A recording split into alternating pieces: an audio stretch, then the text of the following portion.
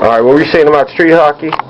You were in a tournament? Yeah, I used to shoot, like I used to practice whenever we had practices and that, when I wasn't goalie. And I used to have a little plastic stick that was like 2.5 feet high, and I held it with one hand, and then the bottom part of it I would like rest against my leg so I could like flick the ball, you know, or the puck, so I could shoot it. So I didn't get to play much in the tournament because it was made out of like different players on like at one team, because every team that was there was traveling around from, they had their own all-star team. So my team, they invited me to play because I sent them a little video of me like playing street hockey, and my team was made out of a bunch of players that had played.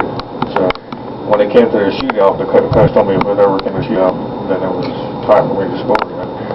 So you scored a goal? Yeah, it was down to me. He said, you want to go first or last? And it came to overtime, and I said last, so I came down and I scored, and that was pretty cool. We got 9th place out of 11, but we would have had last if we hadn't got that, you know. How old were you then? 20s. That was about 10 years ago. Probably like 20. How old are you now, 30? Yeah. So I played street hockey for like 6 or 7 years around here. And after that, I started making movies, bought a little camera, moved from there.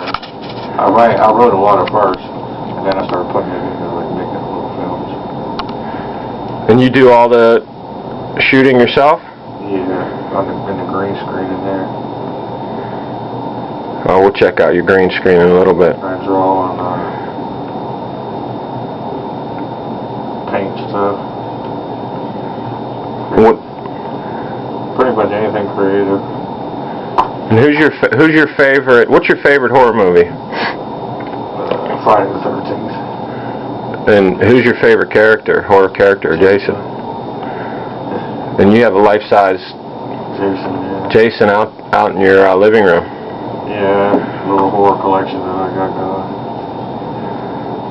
Hopefully one day I want to have like one of the biggest collections. Just whenever I have a little bit here and there, I try to put it into a little something, and then that way I have it.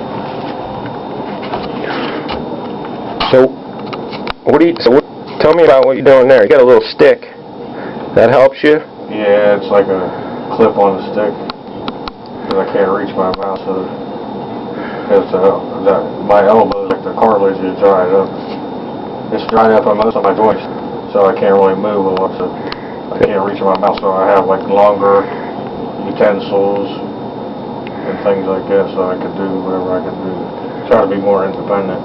Now, is it getting, do you get worse every year? A little bit, I think I do. They said eventually it would burn out, like whenever I got to be a teenager, it wouldn't get too much worse. But, you know, I've been pretty much the same for the last 10 years, but I think every year it gets a little bit worse. Because my joints become a little bit less movable. I try to move as much as I can, and it hurts, you know. But if you don't move, it hurts a lot, and if you do move, it hurts a lot too. So you gotta just do whatever you want to do, and try not to think about how bad it's gonna hurt. Like the winter time, like right now, it's bad. Even it's like 60, 55 degrees out or whatever it is, 45, 50 degrees. So, Harold, tell me, when you were young, tell me a little bit about school. What school did you go to? A bunch of different ones. I went to Aliquippa for a lot of them. When I was 16, I quit going to regular school and just wanted to get home teaching because I didn't want to keep getting up that early. Plus, kids were rude and ignorant. So were you picked on as a kid? Yeah, back then. Now I can deal with it more, you know, it don't really bother me, but back then, when you're a kid, I mean, you don't want to deal with that every day. They call you names or throw spitballs or, you know, or come up and shake you or thump you in the head and run. Just stupid things. And I was beyond that. I didn't think I had to, like, deal with that. Mm-hmm. So I got home teaching, and then I graduated with the honor roll when I was 18, so that was good. So you were pretty smart? Yeah. Still are? I just didn't, yeah, and it was too easy, too, going to school. It was just stupid. like I would get everything done real quick, you know. Right. It was boring. I like to eat lunch and I would sleep during class. It's just boring. And then sometimes they like if you had a lot of problems, they wouldn't cut it down for me because I can't write well because of my hands. They wouldn't cut it down, so they would just mark everything I didn't do wrong. Or if I didn't write it out, if I just did it, if I know the answer to it, I just write the answer. They want you to write it all out step by step, the math problem or whatever. Then they would mark it wrong because I didn't do all the steps. And I'm trying to save by just writing this plus this equals this or whatever instead of doing this and this and, you know, all this. So Harold, what keeps you motivated every day, man? What makes you get out of bed in the morning? And a lot of people that would have something like you got would just want to die. There's something better for me. That's what I think. You know, I used to think that when I was younger. Again, I thought because I think that's immaturity. You do think that way sometimes, but then I got to where it's like I almost died a couple times. Like I fell one time down. We used to live on a slant going down this hill, and the ramp was kind of crooked. It wasn't really down on the ground, and my wheelchair was driving by itself. It was like acting up, kind of. So I didn't have my belt on because I wasn't ready to go, and it kind of took off, and I like flew down on the road, and I thought I was going to die, but luckily I just got some bruises. So you took a spill in your chair? Spill, and I went to the hospital and that, but I was alright. Because my neck is fused from the arthritis. I have like wires and stuff in my neck. So you can't turn your head? Nope. You can only look straight? Yeah, I had a halo on. So if you want to look at me, you actually have to turn your chair? Yeah, I gotta turn all the way that way. Okay. Yep. I have like a box, you know, kind of that I see. And that's what helps me doing movies, because I see like in this box, you know. I mean, right. I can see visual, I can see over here and everything, like my peripherals is good, but to actually turn and focus on your face, I gotta turn that way. Tell me, you told me a story one time when you got drunk. The last time you got drunk, you said you never drink that much again. Yeah, that's the last time I fell.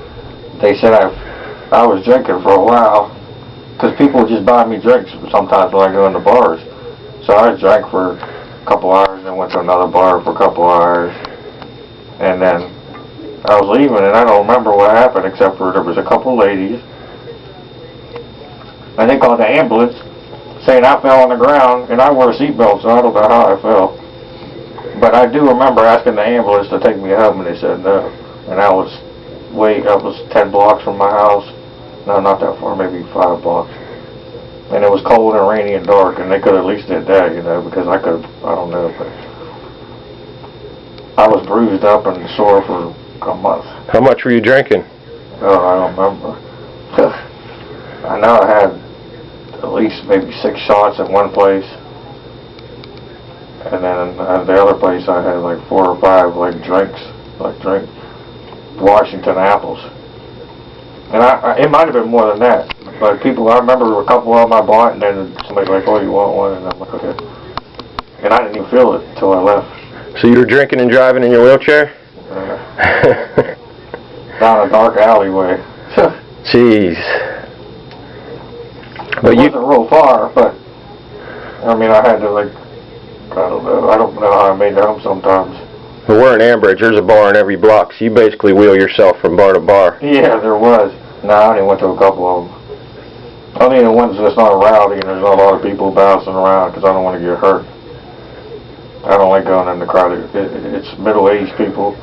They get just to go in there after, you know, work, and they have a couple of drinks. Not really a bar or lounge, because I was in Rooks that night when I got messed up. So they cook food, but I had a couple of drinks. I didn't go to